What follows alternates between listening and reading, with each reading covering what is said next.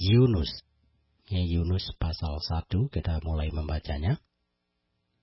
Datanglah firman Tuhan kepada Yunus bin Amitai, demikian. Bangunlah, pergilah ke Niniwe, kota yang besar itu. Berserulah terhadap mereka, karena kejahatannya telah sampai kepadaku. Tetapi Yunus bersiap untuk melarikan diri ke Tarsis, jauh dari hadapan Tuhan.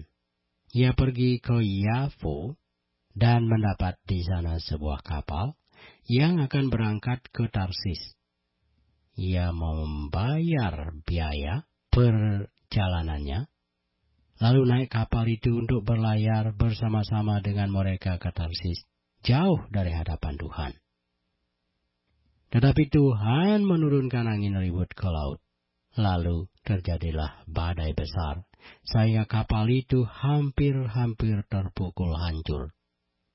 Awak kapal menjadi takut, masing-masing berteriak-teriak kepada Allahnya, dan mereka membuang ke dalam laut segala muatan kapal itu untuk meringankannya.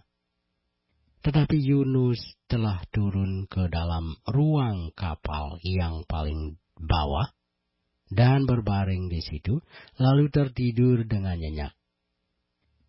Datanglah mahkota mendapatkannya sambil berkata, "Bagaimana mungkin engkau tidur begitu nyenyak? Bangunlah, berserulah kepada Allahmu, barangkali Allah itu akan mengindahkan kita, sehingga kita tidak binasa." Lalu berkatalah mereka satu sama lain, "Marilah kita buang undi, supaya kita mengetahui karena siapa kita ditimpa oleh malapetaka ini." Mereka membuang undi dan Yunuslah yang kena undi. Berkatalah mereka kepadanya, "Beritahukan kepada kami, karena siapa kita ditimpa oleh malapetaka ini? Apa pekerjaanmu, dan dari mana engkau datang? Apa negerimu, dan dari bangsa manakah engkau?" Sautnya kepada mereka, "Aku seorang Ibrani. Aku takut akan Tuhan, Allah yang empunya langit, yang telah menjadikan lautan dan daratan." Orang-orang itu menjadi sangat takut, lalu berkata kepadanya, "Apa yang telah kau perbuat?" Sebab orang-orang itu mengetahui bahwa ia melarikan diri, jauh dari hadapan Tuhan. Hal itu telah diberitahukannya kepada mereka. Bertanyalah mereka, "Akan kami apakan engkau, supaya laut menjadi reda dan tidak menyerang kami lagi, sebab laut semakin bergelora?" Sautnya kepada mereka, "Angkatlah aku, campakkanlah aku ke dalam laut, maka laut akan menjadi reda dan tidak menyerang kamu lagi, sebab aku tahu bahwa karena akulah badai besar ini menyerang kamu." Lalu berdayunglah orang-orang itu dengan sekuat tenaga untuk membawa kapal itu kembali ke darat, tetapi mereka tidak sanggup, sebab laut semakin bergelora menyerang mereka. Lalu berserulah mereka kepada Tuhan, katanya, "Ya Tuhan, janganlah kiranya Engkau biarkan kami binasa karena nyawa orang ini.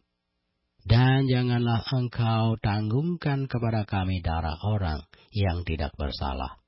Sebab Engkau, Tuhan, telah berbuat seperti yang Kau kehendaki." Kemudian mereka mengangkat Yunus, lalu mencampakkannya ke dalam laut, dan laut berhenti mengamuk. Orang-orang itu menjadi sangat takut kepada Tuhan, lalu mempersembahkan korban sembelihan bagi Tuhan, serta mengikrarkan nazar. Maka atas penentuan Tuhan, datanglah seekor ikan besar yang menelan Yunus, dan Yunus tinggal di dalam perut ikan itu 3 hari 3 malam lamanya. Yunus pasal 2. Berdoalah Yunus kepada Tuhan, Allahnya, dari dalam perut ikan itu, katanya, "Dalam kesusahanku aku berseru kepada Tuhan, dan Ia menjawab aku. Dari tengah-tengah dunia orang mati aku berteriak, dan Kau dengarkan suaraku." Telah kau lemparkan aku ke tempat yang dalam, ke pusat lautan, lalu aku terangkum oleh arus air. Segala gelora dan gelombangmu melingkupi aku. Dan aku berkata, telah terusir aku dari hadapan matamu. Mungkinkah aku memandang lagi bait-Mu yang kudus? Segala air telah mengepung aku, mengancam nyawaku. Samudra raya merangkum aku, lumut lautan membelit kepalaku. Di dasar gunung-gunung aku tenggelam ke dasar bumi. Pintunya terpalang di belakangku untuk selama-lamanya. Ketika itulah Engkau naikkan nyawaku dari dalam liang kubur. Ya Tuhan Allahku, ketika jiwaku letih lesu di dalam aku, teringatlah aku kepada Tuhan, dan sampailah doaku kepadamu. Ke dalam bait-Mu yang kudus, mereka yang berpegang teguh pada berhala kesia-siaan, merekalah yang meninggalkan dunia, yang mengasihi mereka dengan setia. Tetapi aku, dengan ucapan syukur, akan kupersembahkan korban kepadamu. Apa yang kunasarkan akan kubayar. Keselamatan adalah dari Tuhan. Lalu berfirmanlah Tuhan kepada ikan itu, dan ikan itu pun memuntahkan Yunus ke darat. Ini adalah Yunus pasal 3. Datanglah firman Tuhan kepada Yunus untuk kedua kalinya, demikian. Bangunlah, pergilah ke Niniwe, kota yang besar itu, dan sampaikanlah kepadanya seruan yang kufirmankan kepadamu. Bersiaplah Yunus, lalu pergi ke Niniwe, sesuai dengan firman Allah.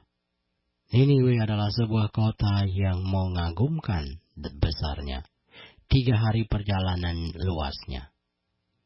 Mulailah Yunus masuk ke dalam kota itu, sehari perjalanan jauhnya, lalu berseru, 40 hari lagi, maka Niniwe akan ditunggang balikkan. Orang Niniwe percaya kepada Allah, lalu mereka mengumumkan puasa. Dan mereka, baik orang dewasa maupun anak-anak, mengenakan kain kabung. Setelah sampai kabar itu kepada raja kota Niniwe, turunlah ia dari singgasananya. Ditinggalkannya jubahnya, diselubungkannya kain kabung, lalu duduklah ia di abu. Lalu atas perintah raja dan para pembesarnya orang memaklumkan dan mengatakan di Niniwe demikian. Manusia dan ternak, lembu, sapi, dan kambing domba tidak boleh makan apa-apa. Tidak boleh makan rumput dan tidak boleh minum air.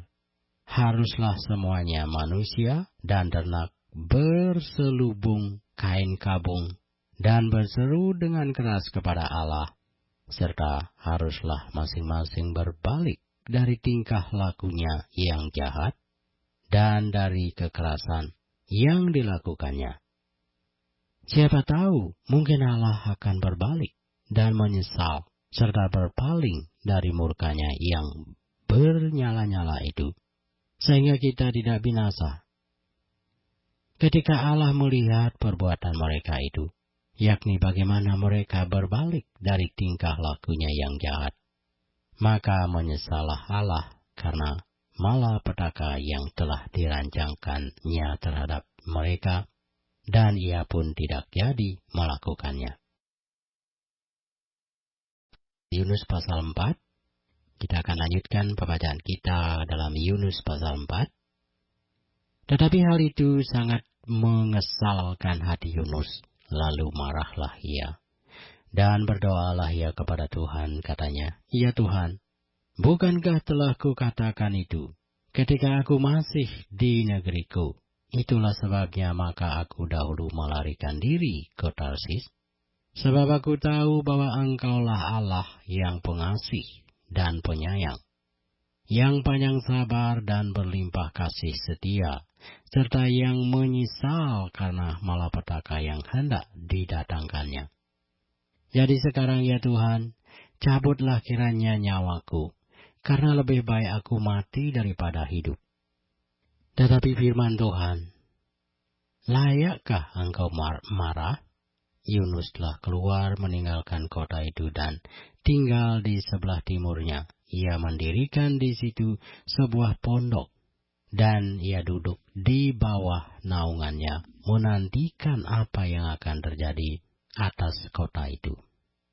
Lalu atas penentuan Tuhan Allah, tumbuhlah sebatang pohon jarak melampaui kepala Yunus untuk menaunginya, agar ia terhibur daripada kekesalan hatinya. Yunus sangat bersukacita karena pohon jarak itu.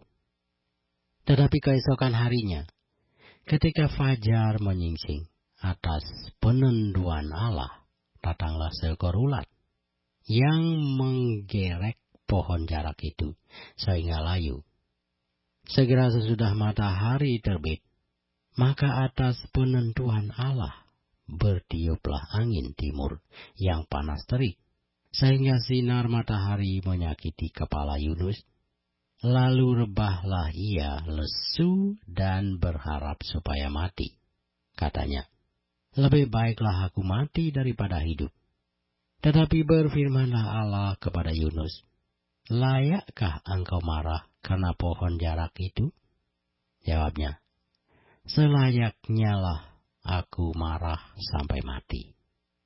Lalu Allah berfirman, engkau sayang kepada pohon jarak itu, yang untuknya sedikit pun engkau tidak berjerih payah, dan yang tidak engkau tumbuhkan, yang tumbuh dalam satu malam dan binasa dalam satu malam pula.